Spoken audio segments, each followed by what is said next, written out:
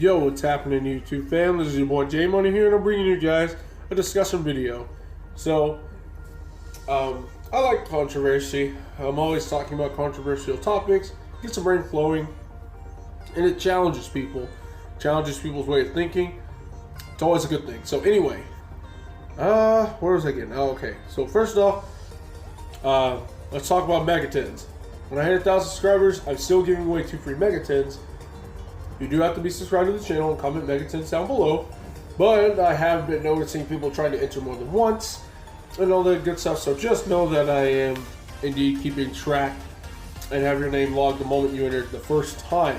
Anyway, so now that is being said, let's go ahead and get started. So the thing I really wanted to talk about really was the problem with U-boards.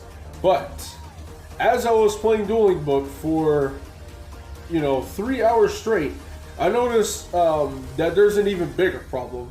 Something that's just been incredibly omnipresent in the entire game so far, and it's been this way since Master Rule 4, really. But people really haven't taken notice to it because pendulums have been a looming threat for a couple of formats. So that card I'm talking about is Droll and Lockbird. And I haven't even seen anybody discussing this. I even searched YouTube and dated back 6 months, and nobody has been talking about the problem with Droll and Lockbird and all that good stuff, and the effect it just has on the game as a whole when it goes off. So before I go any further, I also want to discuss or say that pendulums are just excluded from this discussion because again, pendulums are just, and as a mechanic, is inherently broken, and it bypasses a lot of rules. So pendulums are excluded. So if you're not playing a pendulum deck or an inspector border deck, any deck that you play that's like tier 3 to tier 1 gets fucked by Droll and Lockbird. And why is that? Well, for starters, it just flat out ends your turn because you can't access your deck, because accessing your deck is the most important thing in this game, because it gets you to your pieces and gets you to your wing condition and all that good stuff. So how does it end your turn? Well, it essentially punishes decks for being consistent, and it punishes players for playing consistent decks. So what makes a deck consistent? Well, what makes a deck consistent is the ability to reliably access your deck. And really, any tier 3 to tier 1 deck realistically should are somewhat consistent. Being consistent is a good thing in Yu-Gi-Oh! Droll punishes you for it and all that in between. So with that being said, the reason why it's so powerful is it because it's able to shut down game mechanics on turn 0. Shutting down game mechanics turn 0 is so unbelievably broken that it got Max C banned. And Max C falls in the same category, as Calvin DeHaan said it perfectly.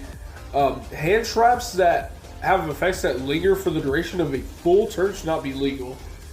Because interacting like that with floodgate-ish type cards, turn 0, is way too powerful. So like cards like Thunder King and Mistake, those are okay because they're not turn 0 stoppers and all that good stuff.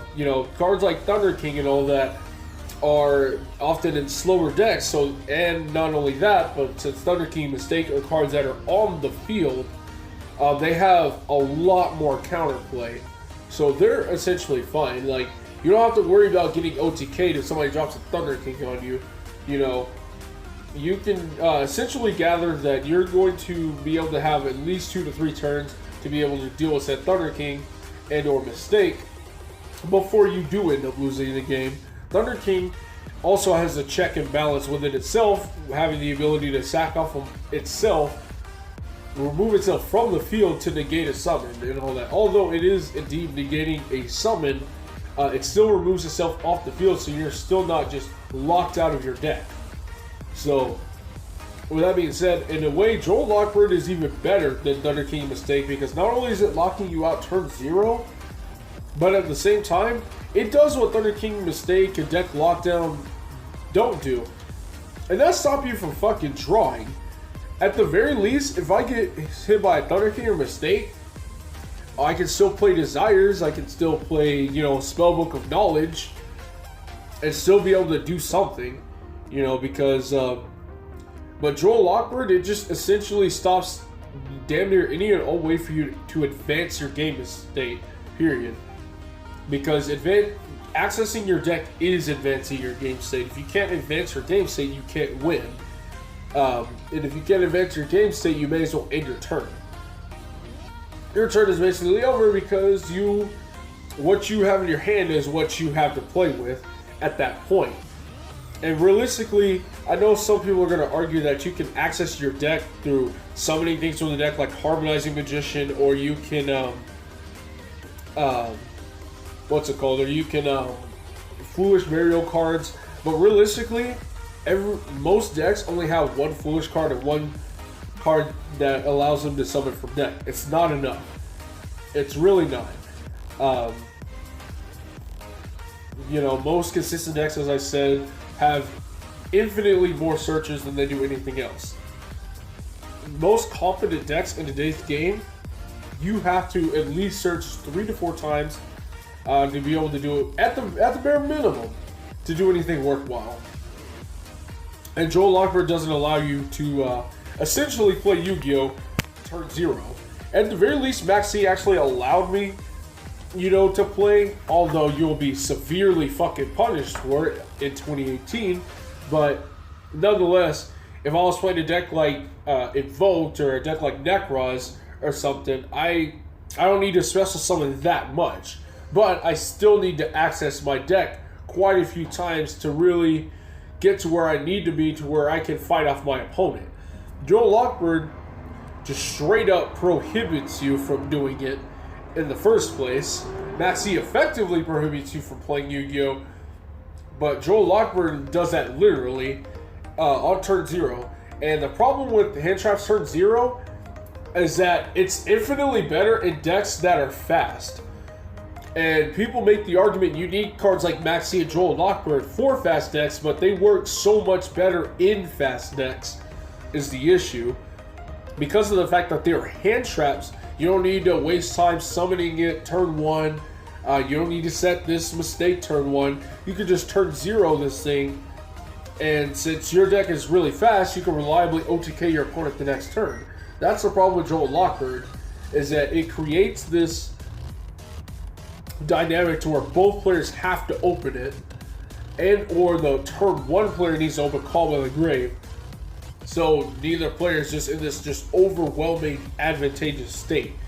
And even decks that you wouldn't think it would be good against, like going second strategies like Cyber Dragons and Crusaders, it's even deadly against those decks because even though they're good at breaking boards, they still need to access their deck at the end of the day to assemble multiple combo pieces to get to where they need to go. And that's the argument I'm also trying to make, is that you need to access your deck multiple times. Doing it turn 0 creates a dynamic to where the fast decks will always be on top because the fast decks can capitalize on this a lot more. And I know people will make the argument that, hey, we need cards to interact with our opponent. We need things to be able to stop our opponent. Now, there's a difference between stopping your opponent and just flat out ending their turn.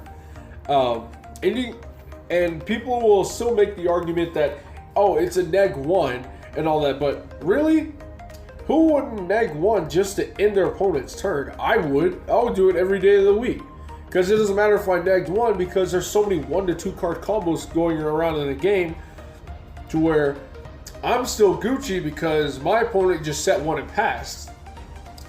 And that happens a lot. I've won so many matches IRL simply because of the fact that I drilled my opponent and they had nothing else they could do but set pass because everybody's played either a lot of spell cards or a good majority of the monsters have to search. And so after I draw them, they set pass, I just go draw and then just extend the hand because I'm just gonna OTK the shit out of my opponent because Droll does that. So, even though people need cards to stop their opponent, quote unquote, it's no excuse to allow cards like Droll or Max C to effectively just shut down your opponent turn 0. Shutting down your opponent at turn 0 is like so incredibly broken that the game is essentially decided on that turn if the card resolves. And people will even make the argument that, yeah, oh, we have Call by the Grave and we have Cypher Gear Gamma and all that, but having counterplay doesn't at all, you know, just dismiss the fact that the card is so unbelievably strong when it actually resolves. Because otherwise, cards like Painful Choice would just come back because, oh, we have Anti-Spell, we have Imperial Order, we have Ash Blossoms, and all that stuff. But, you know, that card is still fucking banned because you're still going to outright win that duel if that card resolves. And that's what we need to do. We need to get rid of cards that essentially just auto-win, like, turn 0. We need to get rid of all the turn 0 auto-win cards now. I haven't even touched on the Reincarnation Droll combo, and that should tell you something. Like, again, that card is that's another can of worms by itself. That can wait. You know, we can wait on that. We can wait on. That's the least of our problems. It's just we're just talking about Droll and just the ability to just end your turn, turn 0, and just pave the way for the opponent to just capitalize on that and really just go for game. Which is not desirable in the slightest, and it creates this really unfair dynamic to where whoever opens it, if the turn 2 player will always end up winning, and or the turn 1 player if they open it and the turn 2 player didn't.